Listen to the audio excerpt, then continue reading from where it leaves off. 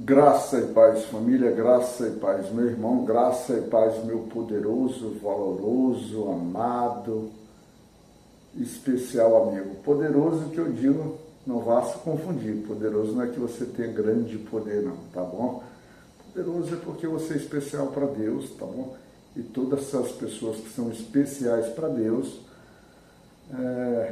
de alguma forma ela é revestida do poder de Deus, no sentido de que quando ela descobre o Senhor, ou seja, a gente fala assim, descobrir como se o Senhor tivesse escondido, mas não, quando seus olhos abrem para o Senhor, ou seja, quando ele é vivificado na palavra de Deus, quando ele é descoberto por Deus, tirado da sua sepultura de morte, aí sim, esse poder, esse ser especial, ele começa a ter luz, ele começa efetivamente a viver as maravilhas que Deus tem para a vida dele. E eu sempre fico muito preocupado quando eu falo de maravilhas, porque na cabeça nossa, nem sempre riqueza, realizações, sonhos, felicidades, coisas fáceis, não estou dizendo nada disso não. Possa ser que a tua relação com Deus, né, a tua história com Deus passe exatamente por toda essa abundância que o Senhor não vai deixar os seus filhos serem necessitados.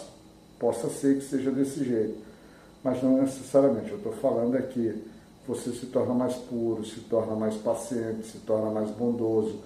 A caridade, que é o teu amor, ele começa a ficar mais latente, e o teu olhar ele é muito mais humilde, muito mais, vamos dizer assim, muito mais voltado a agradar a Deus, né? E não mais simplesmente os homens, mesmo que os homens recebam grande parte dessa tua transformação. Os homens sejam testemunhas do que você vem vivendo de transformação na tua vida por meio de Jesus Cristo, tá bom?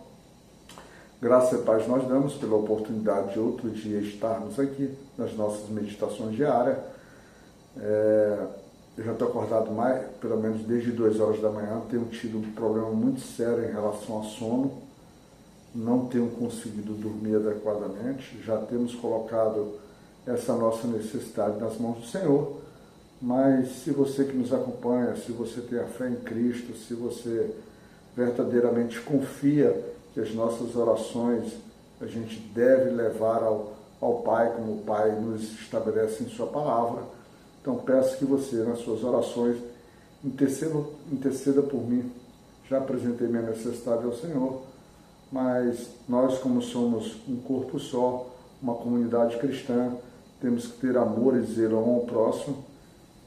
Eu peço que você ore pela gente aí, para que a gente possa, vamos dizer assim, ter um sono um pouco restaurador, né? Porque a gente tenha mais qualidade de sono e tenha mais condições, inclusive, possa se concentrar nas nossas leituras bíblicas, nas nossas orações, naquilo que nós temos que dar ao Senhor, e o corpo não seja, vamos dizer assim, algo de resistência para que a gente possa trabalhar na obra do Senhor, tudo bem? E se você se sentir à vontade, quiser deixar pedido de oração também, para que a gente possa também interceder pela sua vida, fique à vontade, tá certo? A meditação de hoje, dia 17 de setembro de 2024, né, aproximadamente caminhando para 5 horas da manhã, desse dia 17, a gente vai meditar no livro de Juízes, capítulo 7, versículo 2. Na nossa Bíblia Almeida Revista e Corrigida está escrito: E disse o Senhor a Gideão: Muito é o povo que está contigo para eu dar os midianitas em sua mão, a fim de que Israel se não glorie contra mim, dizendo: A minha mão me livrou. E por hábito, como a gente gosta de ler pelo menos 2 Bíblias, na Bíblia NTLH, vou comprar outras Bíblias para a gente poder, NVT, NVI, ACF, para a gente poder ter mais variedades na leitura. E na NTLH, o mesmo versículo diz o seguinte: O Senhor Deus disse a Gideão: Você tem gente demais, e por isso não posso deixar que vocês derrotem os midianitas. Se eu deixasse, vocês poderiam pensar que venceram sem a minha ajuda. Claramente nós temos aqui uma situação em que o Senhor, vamos dizer assim, ele estabelece, ele está querendo dizer assim, olha, eu te darei vitórias, tá? Mas sabe, filho, você é tão insano, você é tão inconstante, e aqui nós temos aqui aquele momento do povo juízes, que outra vez o povo de Israel, né, nesse período de juízes, que outra vez Israel está agora sendo oprimido nesse caso, por amalequitas e midianitas. Por quê? Por causa de rebeldia, por causa de desobediência ao Senhor. E aí o que acontece? E aí o Senhor, vamos dizer assim, levanta um varão valoroso, né? Gideão, como nós já trouxemos ontem no nosso devocional. Ele levanta um varão valoroso para que possa representar a libertação, trazer. E o primeiro aspecto que o varão valoroso se encontrou foi aquela mesma resistência que outros homens do Senhor fazem, dizendo que não tem capacidade, que ele diz assim, a minha família é pequena, a minha família, vamos dizer assim, é fraca, e toda a família dele, ele é o mais fraco de todos. Então já diz assim, olha, eu não tenho capacidade. E o Senhor, o interessante é que o Senhor, ele gosta dessas coisas, ele traz essas coisas, como se diz assim, que ele escolhe os pequenos, os loucos, né, para que possa confundir os sábios. É mais ou menos isso. E é o que ele faz, ele pega Gideão e estabelece. Mas Gideão, nessa sua incompreensão e compreensão, já que ao mesmo tempo que ele desconfia, que ele quer ter a certeza, ele vai lá no capítulo 6, ele faz vamos dizer assim, as reverências, né? Apresentando bolos, apresentando lá a comida lá para o anjo que veio falar com Gideão, não é isso? Depois que recebeu tudo, ele disse assim, então ele lá no versículo 18 do capítulo 6, ele diz assim, rogo-te que daqui não te apartes, até que eu venhas a ti e traga o meu presente e o ponha perante ti. Disse, eu esperarei até que eu volte. Esse presente seria a forma das ofertas, né? Das ofertas que aquele povo tinha por hábito, como tinha sido destruído já, como era hábito da sua civilização, do seu povo. E aí Gideão, então, vamos dizer assim, nessa falta de compreensão, mas nessa manifestação de fé, ele se relaciona ali, pede provas para o Senhor e o Senhor dá. E mais uma vez agora ele está... E o interessante é que a Bíblia aqui ela não estabelece um prazo, mas quando você vê o cenário, já está praticamente todo o povo de Israel, ou já está muito, não digo que todo o povo de Israel, mas muitos homens já ao redor de Gideão, pronto para poder ir guerrear contra os midianitas. Eles já estão numa posição já próximo do exército, mas o exército dos midianitas, amalequitas, e ainda envolve todo o povo do deserto. Não era só midianitas, não, ainda tem mais todo o povo do deserto, então praticamente são vários, eles estão ali alocados ali na região, e a Bíblia também fala, o interessante, que ele fala assim, no versículo 12 do capítulo 7, e os midianitas e os amalequitas e todos os filhos do Oriente jaziam no vale como gafanhotos em multidão, e eram inumeráveis os seus camelos, como areia que há na praia do mar em multidão. Muito grande, né? Mas só que você tem uma quantidade de homens interessante, então às vezes você também está alocado de pessoas que efetivamente, que aquela batalha, ela por algum motivo não deve ser associada àquelas pessoas. E aí o Senhor estabelece de uma forma muito clara, diz assim, olha, às vezes essas pessoas estão até preparadas para ir para essa batalha, mas como a ideia do Senhor era que Gideão, o povo de Israel, vencesse os midianitas, mas vencesse de uma forma que pudesse deixar eles até espantados, incompreensíveis, perplexos com o tamanho do feito. O que ele faz? Ele faz com que o exército de 32 mil homens se reduza a 300 homens. E quando você está escutando essas histórias dos pregadores, eles falam de um exército de 100 mil homens, então 300 homens como 100 mil.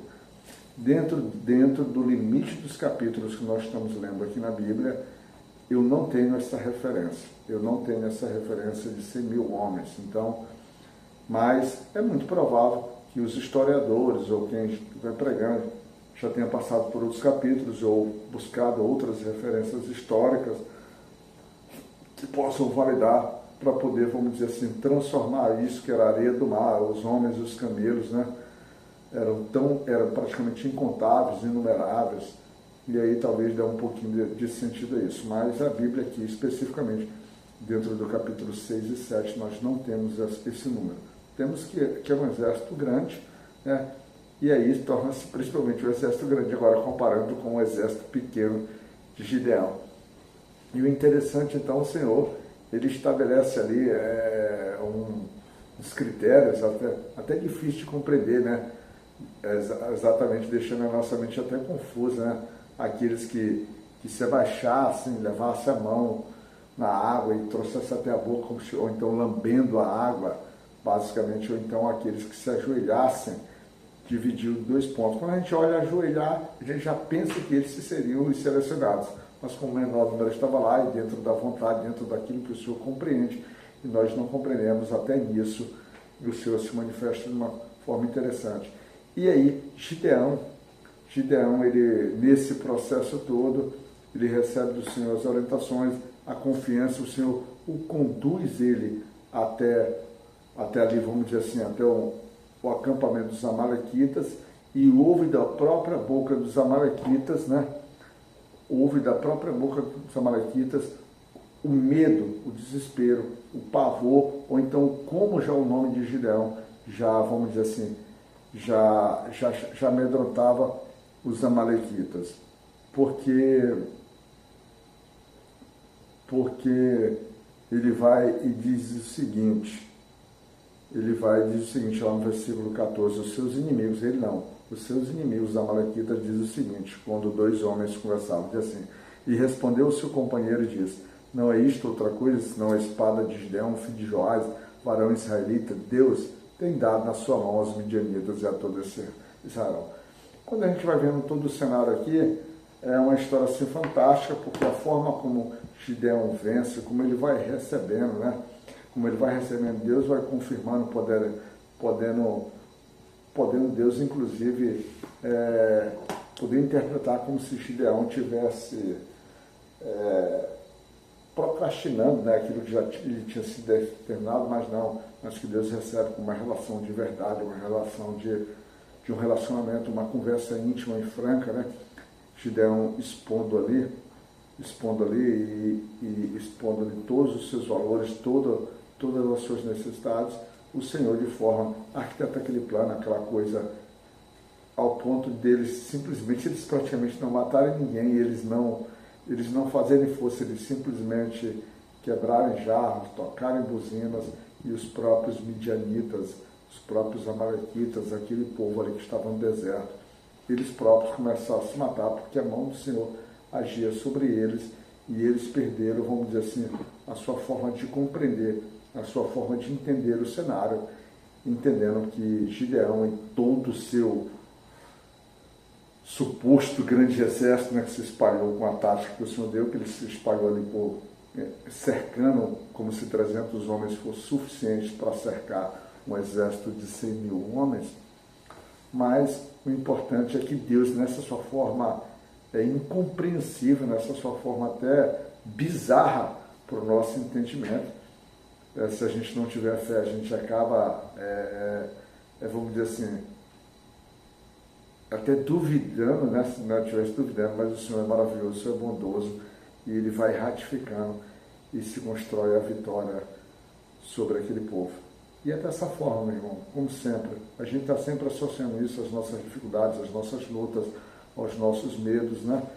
Mas é importante a gente, vamos dizer assim, se cercar, a gente se estabelecer de pessoas adequadas para que possa nós juntos, enfrentar desafios. E aqui a gente vai deixar um pouquinho aquele aspecto que eu considero de família, agora vamos entender como nossa família cristã, os nossos outros irmãos de caminhada de fé, né?